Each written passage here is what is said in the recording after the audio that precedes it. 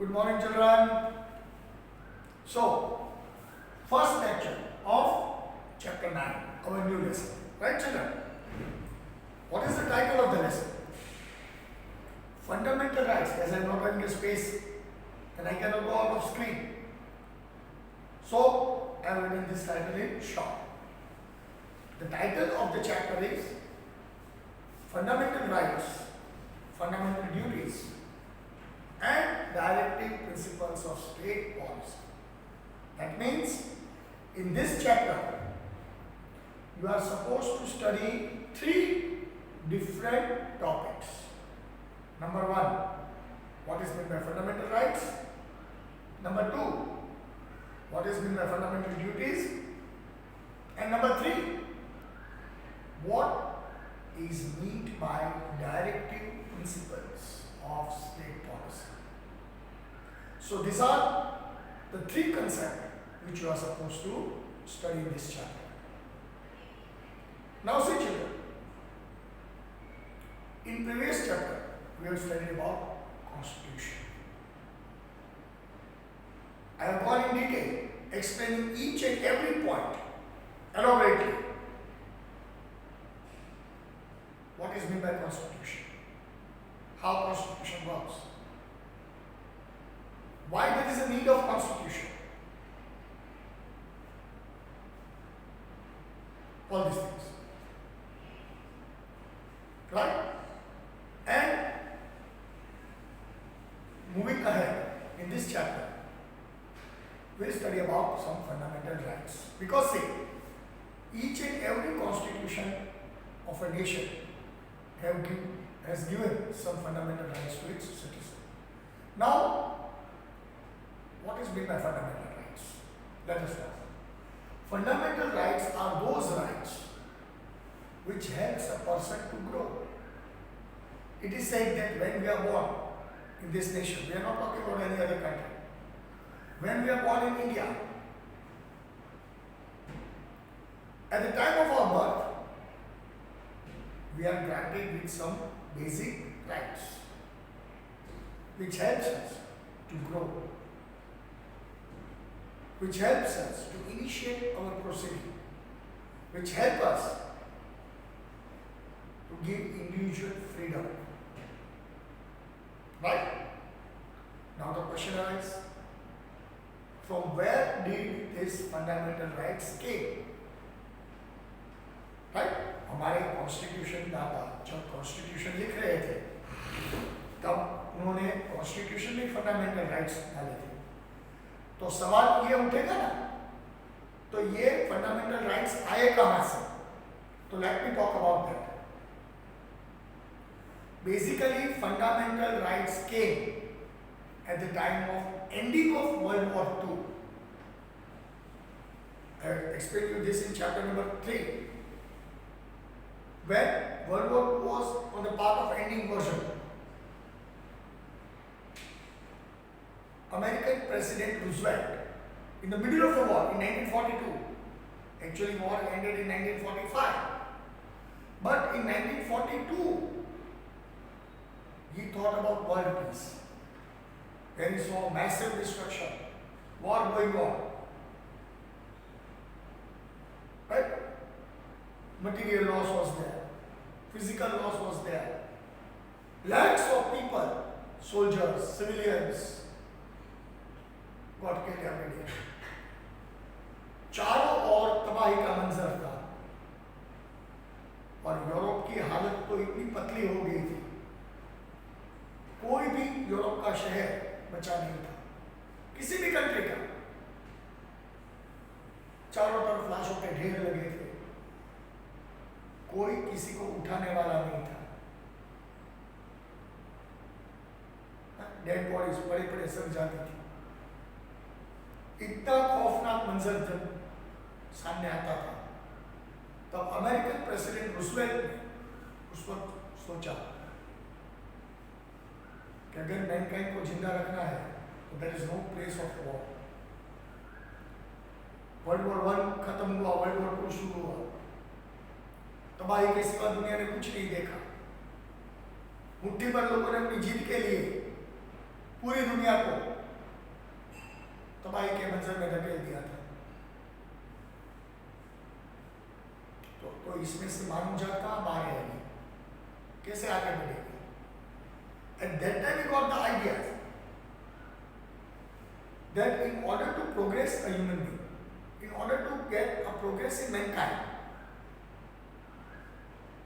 some basic rights must be given to each and every citizen, irrespective to every nation. दुनिया का कोई भी देश हो, जहां भी एक बच्चा जन्मता है तो उसको उस वक्त, उसी वक्त उसके जन्म के समय कुछ राइट्स देने पड़ेंगे ताकि उसका ग्रोथ हो, उसका विकास हो और मानव जात का कल्याण हो।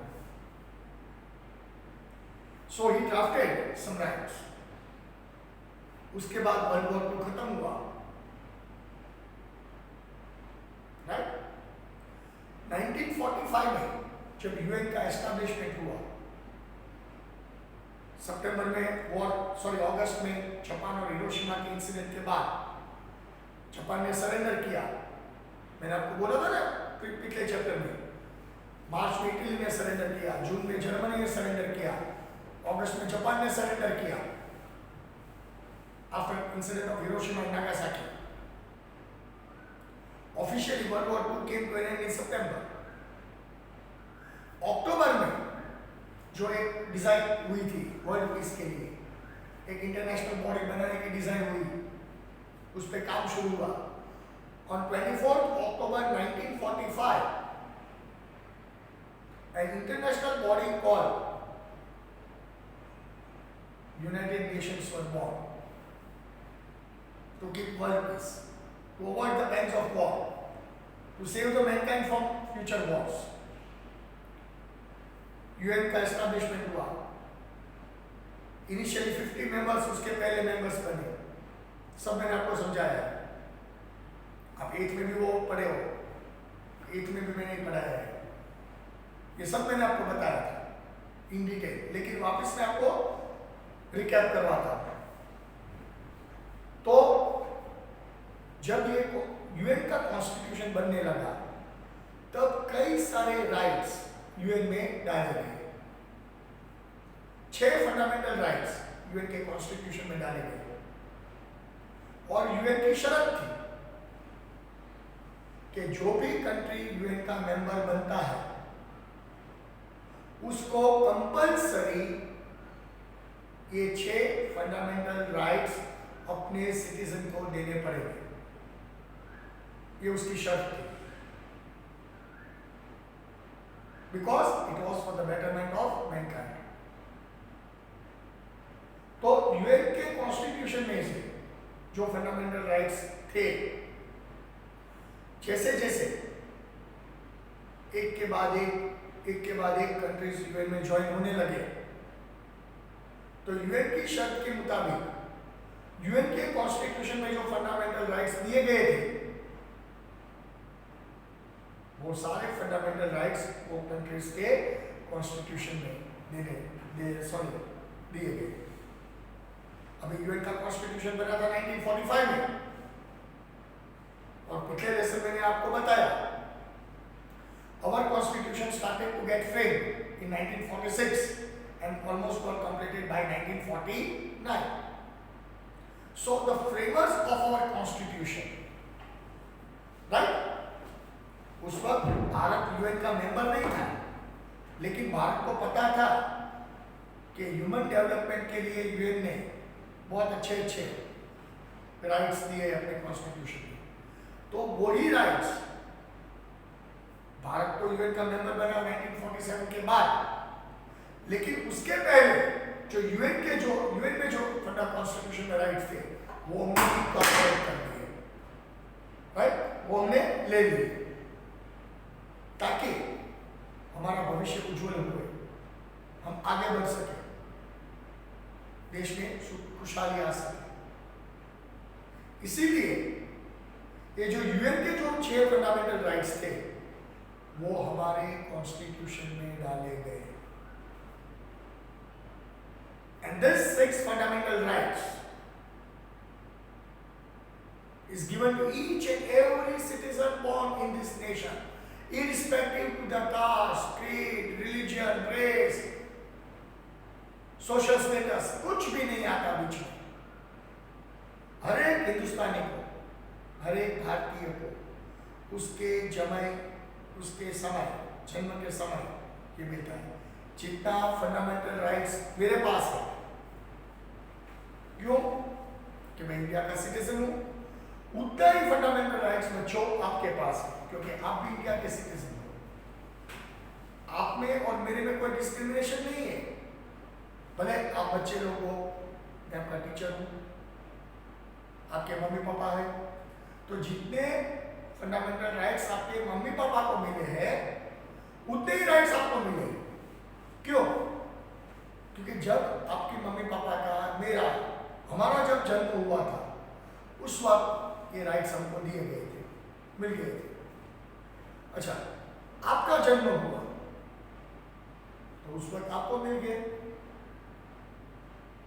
है समझ में? So there is no discrimination of high, low, rich, poor, upper class, lower class.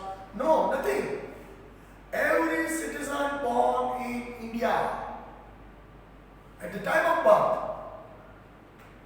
for the development of its own individuality, our constitution has granted some fundamental rights. And with that rights, we can utilize ourselves and we can grow. Understood, children? So this was the part of introduction which I am talking about. These are the things which we have talked about, fundamental rights. Right? Now, we will start with elaborating part. What is meant by fundamental rights? I will go through each and every right individually. Right? So that you can easily understand. Right? First, let me watch how the proceeding is going on. Is it clear, children? So, the fundamental rights which we have discussed. Now, come to page number 65 of your textbook. Page number 65. Ready? Have your pen and pencil with you. Okay? Shall I start my work now? Good. Now, let us see. In the previous chapter, we have studied about Indian Constitution, preamble, and the important pillars as well as the specific characteristics. अभी हमारी जो बात हुई introduction में मैंने आपको ये सब कुछ समझाया. Now in this chapter, we will study about some important characteristics of Constitution. That is fundamental rights, fundamental duties, and direct principles of state policy. अभी मैंने इंट्रोडक्शन के वक्त ही बोला था ना कि भाई ये चैप्टर में हम तीन चीजें एक साथ पढ़ेंगे. Fundamental rights, fundamental duties and directive principles. जैसे जैसे मैं चैप्टर पढ़ाता जाऊंगा, आपको समझाता जाऊंगा, तब इसके बारे में बात करेंगे. अभी मैंने जो भाषण दिया, अभी मैंने जो समझाया, वो फंडामेंटल राइट के बारे में ही समझाया मैंने. I have not talked about anything about fundamental duties. I have not talked anything about directive principles of state policy. क्योंकि वो हमारा मुद्दा अभी नहीं है. है समझ में? उधर पे जब पहुंचूंगा, जब वो टॉपिक आएगा हमारे सामने, तब आपको एक एक छोटी से छोटी हकीकत भी समझाऊंगा. Okay children? So what is mean by fundamental rights? उसके पहले हम ह्यूमन राइट्स की बात करेंगे. क्या है ह्यूमन राइट्स? ह्यूमन राइट्स किसने हमको दिए हैं? ह्यूमन राइट्स का कहाँ से उद्भव हुआ? ये सब मैंने आपको बताया. Now it is a part of reading. Now you underline what I read. Okay children? Human rights are those rights which not only give a person to his or her basic existence, but also over society helps to construct an environment in which him or her able to grow. मतलब हमारा atmosphere, हमारा समाज ऐसा होना चाहिए जहां हर एक individual को ग्रोथ की जगह मिले, हर एक इंडिविजुअल का विकास हो, देश आगे बढ़े, मानव जात कुछ इनोवेटिव सोचे, वो आगे बढ़ के अपनी परंपरा कायम करे, अपने देश का नाम रोशन कर सके। अच्छा, ये क्यों करना पड़ा? क्योंकि beginning of 20th century, that is called 50 years, first half of 20th century, मानव जात ने वॉर में ही गवाए हैं। क्या आप देखोगे, शुरुआत से वॉर की प्रिपरेशन हुई, सब मैंने आपको बताया, factors leading to first world war, समझाया है ना आपको? अच्छा, उसके बाद वर्ल्ड वॉर 1 हुआ। फिर हमने एक ऐसा टॉपिक पढ़ा था कि ट्रीटी ऑफ वर्साइल्स साइन हुआ, और ट्रीटी ऑफ वर्साइल्स के वक्त ही वर्ल्ड वॉर 2 की नींव रखी गई थी। सही बात है ना? कुछ गलत तो नहीं है, बराबर है? तो 2-4-5 साल ऐसा अच्छा चला, लेकिन उसके बाद वर्ल्ड वॉर 2 की प्रिपरेशन हो गई, कैसे हुई थी, क्यों हुई थी, सब मैंने आपको डिटेल में बताया चैप्टर नंबर 3 में। और उसके बाद वर्ल्ड वॉर 2 हुआ, and World War II was more, you can say, destructive than World War I, क्योंकि World War I में ट्रेडिशनल वेपन्स यूज थे, 2 में खूब टेक्नोलॉजी आगे बढ़ गई थी, और एंड में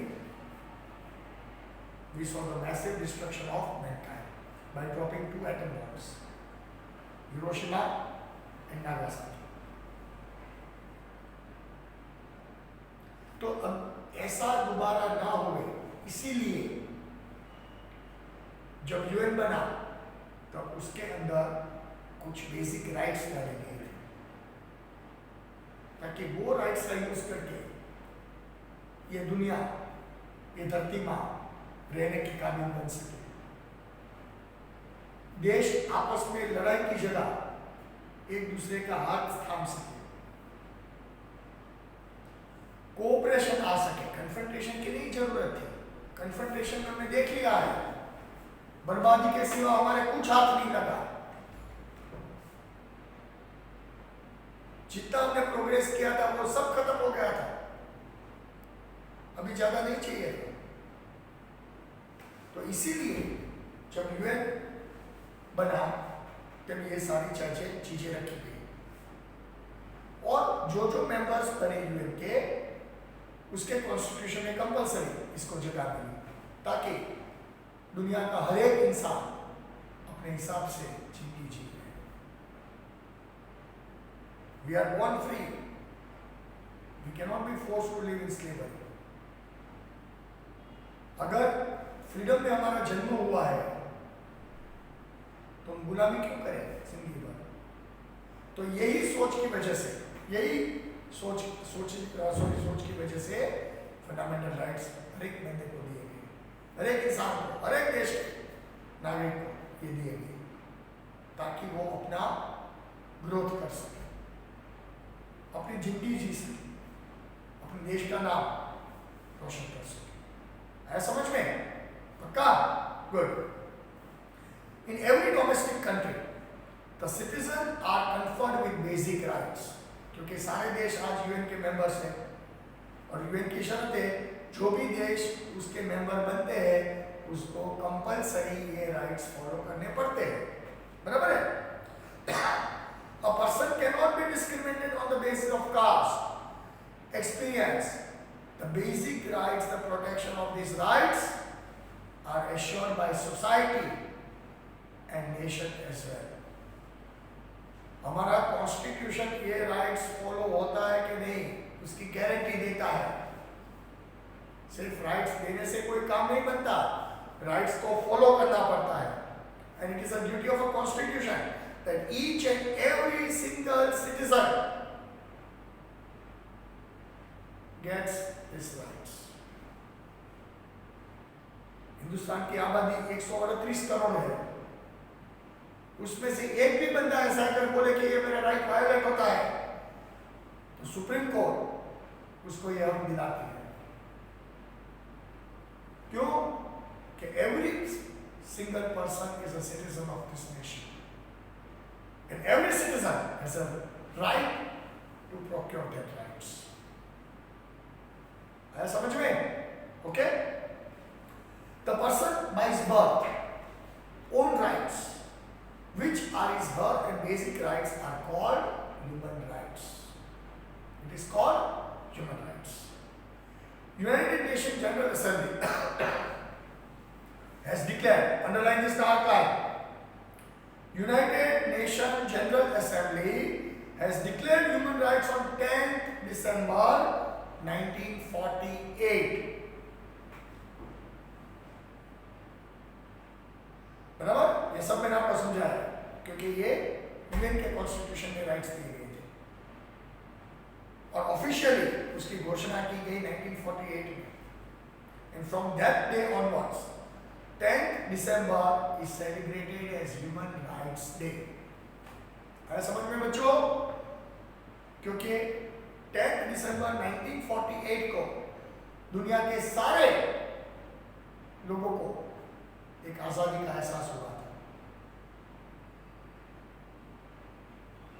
एक नई जिंदगी मिली थी जहां कोई डर नहीं था, कोई खौफ नहीं था, कोई गुलामी नहीं थी, जहां मुक्ति का आनंद था, जहां फ्रीडम थी, जहां अपने लिए अपनी सोच थी, जहां आगे बढ़ने का जज्बा था। और यही करने के लिए सारे देश ने अपने कॉन्स्टिट्यूशन में ह्यूमन राइट्स को जगा दी और इसीलिए 10th December every year is celebrated as Human Rights Day. Right? So, this was the story which we are getting through. Okay? So, we talked about 10th December. Sorry बच्चों, बार बार मैं screen से बाहर जा रहा हूँ क्योंकि आज मोबाइल में थोड़ा टेक्निकल फॉल्ट आ गया है, तो बार बार स्क्रीन चेक करनी पड़ती है ताकि कई बार ऐसा होता है हम इधर पूरा 40-50 मिनट का लेक्चर डिलीवर करते हैं, उधर स्क्रीन ऑफ हो जाती है, हमारी मेहनत बेकार जाती है ना। तो ये थोड़ा टेक्निकल एरर था, इसीलिए बार बार मेरे को जाना पड़ता है देखने कि जो मैं बोल रहा हूँ वो रिकॉर्डिंग होता है कि नहीं, वरना ये मैं इधर से चिल्लाता रहता, मेरे को ऐसा लगता कि भाई चलो रिकॉर्डिंग हो रहा है, और समय स्लॉट के बाद जब देखो तो कुछ नहीं आया है, बेटा बहुत प्रॉब्लम होती है, इतना गुस्सा आता है पूछो मत, मेहनत बेकार जाती है इसीलिए। So please excuse me in this lecture, children. Huh? Okay. Now, United Nations General Assembly has declared human rights on 10th December 1948, and since that time onwards, December 10 is celebrated as Human Rights Day. समझ में? Since 1948, 10th December is celebrated as Human Rights Day. Okay? From the global announcement of human rights, certain basic and important human rights are added in the Constitution of India. And thereby, these rights are protected in a dignified way. They are protected. Barabar? Thus, those human rights which are included by Constitution of India are known as fundamental rights. तो जो human rights जो थे उसको क्या बोलते हैं दूसरी भाषा में? फंडामेंटल। तो ये आपका ब्लैंक हो गया, एक आपका एसक्यू हो गया, What is the other name of human rights? The other name of human rights is called fundamental rights. ये क्वेश्चन मैंने आपको बुक में भी दिया है. Be careful. These human rights proclaim the human beings to live in a dignified way. ये rights हमको अच्छी तरह खुददारी से जीने का अवसर देती है. है समझ में? For the existence of human being, the basic needs, that is food, clothes, shelter, education and health, should be received in a dignified and respectable way. हर एक बंदे को वो रिस्पेक्ट के साथ मिलना चाहिए. ऐसा नहीं है कि इसको मिला उसको नहीं मिला, ऊंची चीज का डिस्क्रिमिनेशन हुआ. ऐसा नहीं है. हर एक बंदे को वो मिलना चाहिए. ऐसा समझो. Democratic country allows its citizen to enjoy equal rights for multifaceted development.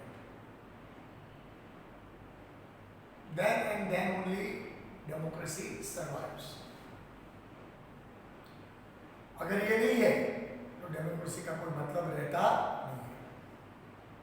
हम देखते हैं इसमें बहुत अच्छा अच्छा लिखा है, लेकिन पूरी तरह इसका पालन नहीं होता है, वो भी हम देखते हैं. लेकिन मैंने क्या बोला था पिछले लेक्चर्स में, जो इधर लिखा है वो सिर्फ पढ़ने का है, वास्तव में ये सब नहीं है. मैं भी जानता हूँ, आप भी जानते हो, लेकिन जो दिया है वो तो मानना पड़ेगा. उसको तो हम इग्नोर नहीं कर सकते भैया. Right? So let us see. The state guarantees a conducive environment wherein one has the protection of fundamental rights, a true identity of a democratic system. ताकि मान लो कि एक आप पौधा रोपते हो, बराबर है, तो उसको टाइम टू टाइम आप पानी देते हो, फर्टिलाइजर डालते हो, टाइम टू टाइम उसकी मिट्टी ऊंचा नीचे करते हो. अगर वो पौधा बड़ा हो जाता है तो वो ट्री गार्ड लगाते हो ताकि कोई जानवर या कोई इर्द बच्चे लोग नुकसान उसको ना पहुंचाए. उसका जतन करते हो, मतलब उसका लालन पालन करते हो. 2-3 साल के बाद जब आप देखोगे तो वो पौधा आज एक झाड़ बन गया है. 5 साल के बाद आप देखोगे तो बहुत बड़ा सा वृक्ष बन जाएगा. तब आप उसका आनंद उठाएंगे कि चलो कितना बड़ा वृक्ष है, अच्छा है. लेकिन मेरी कहने की बात ये है, वो आज जिसको हम बड़ा वृक्ष बोलते हैं वो एक समय तो पौधा था. उसका हमने जतन किया, उसका ध्यान रखा, उसके जरूरियात के समय उसकी जरूरियातें हमने पूरी की. That means we have taken utmost care of that plant, and that is why today that plant has resulted into a huge tree. ठीक इसी तरह जब ये राइट्स हमको दिए जाते हैं तब ये राइट्स के सहारे हम सोच सकते हैं, हम बड़े बन सकते हैं, हम पढ़ सकते हैं, हम अपनी जिंदगी जी सकते हैं. और ये सब करने से देश आगे बढ़ता है. एक बैलेंस सोसाइटी का निर्माण होता है, एक खुशहाल समाज की स्थापना होती है. समझ में? बहुत कुछ कहने को है, लेकिन आई एम अफ्रेड, मैं डरता हूं ये सब कहने को. क्यों? कि जो मैं इसके बारे में आपको समझाऊंगा तो आप गलत ही समझोगे. क्योंकि जो मैं समझाता हूं, जो बुक में दिया है, जो हमारा कॉन्स्टिट्यूशन बोलता है, वो तो हम देखते नहीं है. अभी मैं आपके पास बड़ी बड़ी तोपें फोड़ रहा हूं, खुशहाल समाज, जो हमको जिनकी जीने का हक देता है, हम डेमोक्रेसी में रहते हैं, हम फ्रीडम में मानते हैं। सही मायने में ये सब नहीं है, मेरे को भी पता है और आपको भी पता है। अगर ऐसा हुआ तो ये भारत में राम राज्य आ जाएगा। इसीलिए मैं सब एक्सप्लेन करने से डरता हूं, क्योंकि जो मैं एक्सप्लेन करूंगा आपको, आप ये वीडियो लेक्चर देखते वक्त उसका रिवर्स ही सोचेंगे। मेरे को मालूम है, कंपलसरी, और सोचना भी चाहिए। अगर मैं भी अगर आपकी जगह होता तो मैं भी सोचता, because thinking is a innovative part of mind. आपके दिमाग में दो सवाल चलते पैरेलल। एक, मैं जो समझाता हूं वो आप समझते हो, और उसका कॉन्ट्राडिक्टरी क्वेश्चन आपके दिमाग में चलता होता है कि सर तो ऐसा बोल रहे हैं, अरे ऐसा कहाँ देखा हमने, अरे ऐसा होता है, ऐसा होता है, ऐसा होता है। सर ईस्ट में चलते हैं, हम तो सब वेस्ट का देखते हैं। तो बिल्कुल सही है आपकी सोच, मैं उसका विरोध नहीं करता हूं, क्योंकि मैं भी सोचता हूं, है समझ में। लेकिन जितना मिल सकता है वो हम लेते हैं। एक कहावत है, something is better than nothing. हमको ये सारे राइट्स कंप्लीटली एंजॉय करने को नहीं मिलते, लेकिन राइट्स के नाम पे 5-25% तो मिलते हैं, खुश है। आगे जाके कुछ ज्यादा मिलेंगे। हमारी पीढ़ी को जो मिला उससे ज्यादा आपको मिलता है। अच्छा, आपको जो मिला उससे ज्यादा आपके पीछे की जनरेशन को मिलेगा, आगे की जनरेशन। तो तकरीबन लेट अस थिंक पॉजिटिव कि आना अगले 50-100 साल में हमारा देश भारत सपनों का भारत बन सकता है। जो चेंजेस पिछले 70 साल में नहीं आए, उससे ज्यादा चेंजेस पिछले 10 साल में आ गए। दिस इज प्रूफ, है समझ में? This is a proof. So let us think positive. Okay, children? So let us talk about fundamental rights. The nation's stability, protection of citizens' freedom and democracy are protected through fundamental rights. These fundamental rights are right of equality, right of freedom, right against exploitation, right to freedom of religion and cultural educational right, और last right है constitutional remedy का right. It is called the soul of the constitution. जो हमारे जो पहले 5 rights है, अगर वो नहीं हमको मिलते तो हम 6th राइट का प्रयोग करते हैं। वो मैं उसको उधर पहुंचते वक्त समझाऊंगा। 8th में तो समझाया है, लेकिन वापस as a part of my duty आपको वापस समझाऊंगा, लेकिन जब मैं उधर पहुंचूंगा तब। है समझ में? So once again, right of equality, right of freedom, right against exploitation, right to freedom of religion and secularism, cultural and educational right, and 6th one, right of constitutional remedy. So these 6 fundamental rights helps a person to grow, develop, and live a wonderful life. भगवान ने इंसान का जन्म दिया है, तो इंसान को इंसान की तरह कैसे रखा जाए, और रखने के लिए ये सारे राइट्स दिए हैं। So this are called the fundamental rights of our nation, in which citizen develops itself and citizen grows. Now let us talk about right of equality. Right before law, equal protection of law are included included in right of equality. सब समान है, कोई ऊंच नहीं है, कोई नीच नहीं है, बराबर है. This fundamental right is the major foundation of all other rights and privileges guaranteed to Indian citizens. सबसे ऊपर ये राइट है, राइट ऑफ इक्वालिटी. लेकिन दुर्भाग्य के साथ कहना पड़ता है, इक्वालिटी हम देखते नहीं है. बहुत बड़ा गैप है सोसाइटी में, बहुत बड़ा गैप है. क्या कर सकते हैं, बदलाव आएगा. अभी मैंने बोला this fundamental right is the major foundation of all the rights and privileges guaranteed to the Indian citizen. कोई हिंदू नहीं है, कोई मुसलमान नहीं है, कोई गुजराती नहीं है, कोई पंजाबी नहीं है, सब हिंदुस्तानी है.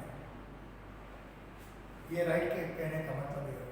कोई रिच नहीं है, कोई पुअर नहीं है, कोई ऊंच नहीं है, कोई नीच नहीं है, सब हिंदुस्तानी है. ये सोच भी आएगी, अभी नहीं है लेकिन आएगी. It is one of the chief guarantee of the Constitution of India. Thus, it is imperative that every citizen of India has an easy access to the court to exercise their rights in equality.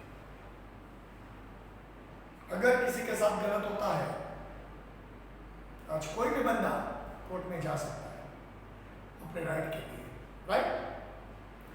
Law is equal to each and every person, from peon to prime minister. Right? Peon to prime minister. Law is equal. कोई ऊंच नहीं है, कोई नीचे नहीं है. They are treated equally and bound to a general code. बराबर? However, the president and governor have certain privileges. In each and every circumstance, the law should prevail. There should be no discrimination or specific favoritism shown to a particular class of people. लेकिन हम देखते हैं सब, आज कानून भी खरीद दिया जाता है, बेचा जाता है, पिक्चर में देखते हैं, टीवी में देखते हैं आप. इसलिए तो मेरी बात आपको कॉन्ट्रास्ट लगती है. सर ये पढ़ा रहे आपको देखते हैं, वो है, वो नहीं चाहिए, कॉन्ट्रास्ट ही लगनी चाहिए. लेकिन भैया मैं क्या करूं, मजबूर हूं ना, जो बुक में है वही पढ़ाना पड़ेगा. हाँ, every law should be equally discriminated. Every person shall have equal admittance at public places, shops, restaurants, hotels, entertainment places, to have equal access of roads, lakes and public buildings. जो हमारी राष्ट्रीय संपत्ति है, राष्ट्रीय धरोहर है, उधर सबका हक होता है. उधर कोई रिच नहीं होता है, कोई पुअर नहीं है, कोई अमीर नहीं है, कोई गरीब नहीं है, कोई ऊपर नहीं है, कोई नीचे नहीं है, सब है. लेकिन ये नहीं होता है. जैसे जैसे आप छोटे सेंटर में जाओ ना, तो ये रिजिडिटी बहुत है. बड़े सेंटर में नहीं है, बड़े सिटी में नहीं है, छोटे सिटी में बहुत है. गांव की तो आप बात ही मत करो. However, the state has a right to make equal arrangement for women and children for the development of socially and economically backward class of scheduled caste and scheduled tribe. उसके लिए कुछ प्रोविजंस होता है. No citizen shall be discriminated on the basis of race, caste, creed, religion, descent, or birthplace in respect to any government service or higher education. Government services में ये सब होता है. In matter of public service, equal opportunities have to be offered to all the citizens. However, they are given permission regarding this, right? As a guarantee of social justice and personal dignity, untouchability is abolished and is practiced in any form is prohibited as a prohibition offense. बराबर? Offence माना जाता है. हमारे देश में से untouchability abolish हो गया है, लेकिन आज भी उसका प्रैक्टिस होता है. वो एक दुर्भाग्य की बात है. Right? So this was the thing. इसमें थोड़ा बाकी है, वो मैं आगे आपको बताऊंगा. Right? Now it is your time to take your homework. Come on, children.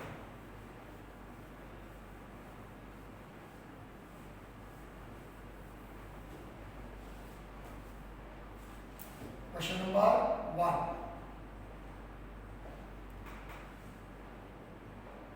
What is meant by human rights?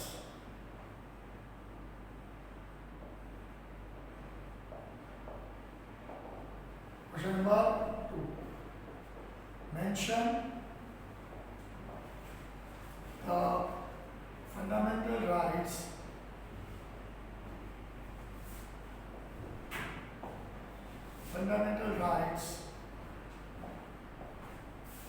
given by Constitution.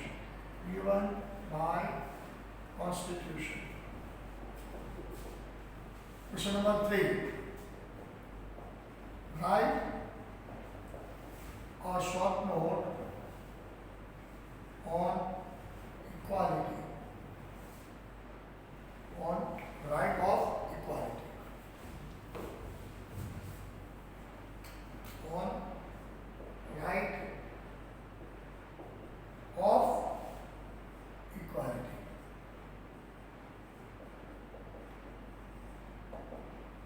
Right, तो ये 3 क्वेश्चन आपके होमवर्क के बन गए. Question number 1, what is mean by human rights. Number 2, mention the fundamental rights given by constitution to us, right? And third question, write a short note on right of equality. So with this we are ending lecture number 1 of chapter number 9. In next lecture we will continue with right of equality. थोड़ा बाकी रह गया है वो, और आगे की rights की बात करेंगे. तब तक के लिए children, take care, good bye, see you.